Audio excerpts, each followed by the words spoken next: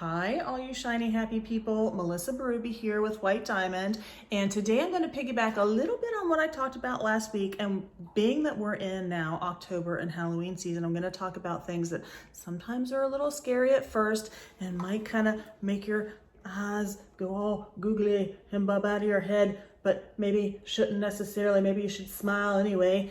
And right now, because it's creepy month, we're gonna talk about creepy basements, because sometimes basements can be creepy, but you know what? Just because you go into a basement that's a little creepy doesn't mean it's necessarily bad. Sump pumps are the number one thing, I would say, in basements that raise first alarm bells with buyers. And you'll see dehumidifiers also. That doesn't necessarily mean that you have a wet basement that you're not going to be able to use. What it means is there's a system in place where in case you get heavy rains or in case you get some sort of out of the ordinary flooding system, that it has a system that will trap that water and pull it away from the house. So in my opinion, a lot of times sump pumps are a good thing. That means that you're fairly safe from having too much of a catastrophic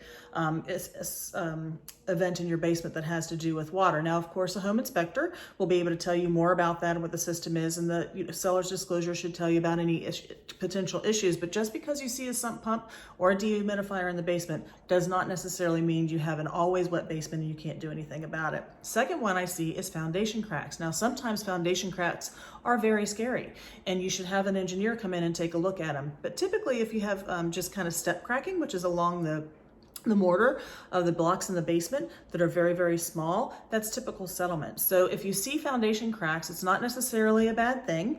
You may want to have a structural engineer come in and take a look at it, but don't necessarily rule something out just because you see that. So even though it might initially make your eyes look out of your head, that doesn't mean you can't smile and have a beautiful house that you're going to love for years and years.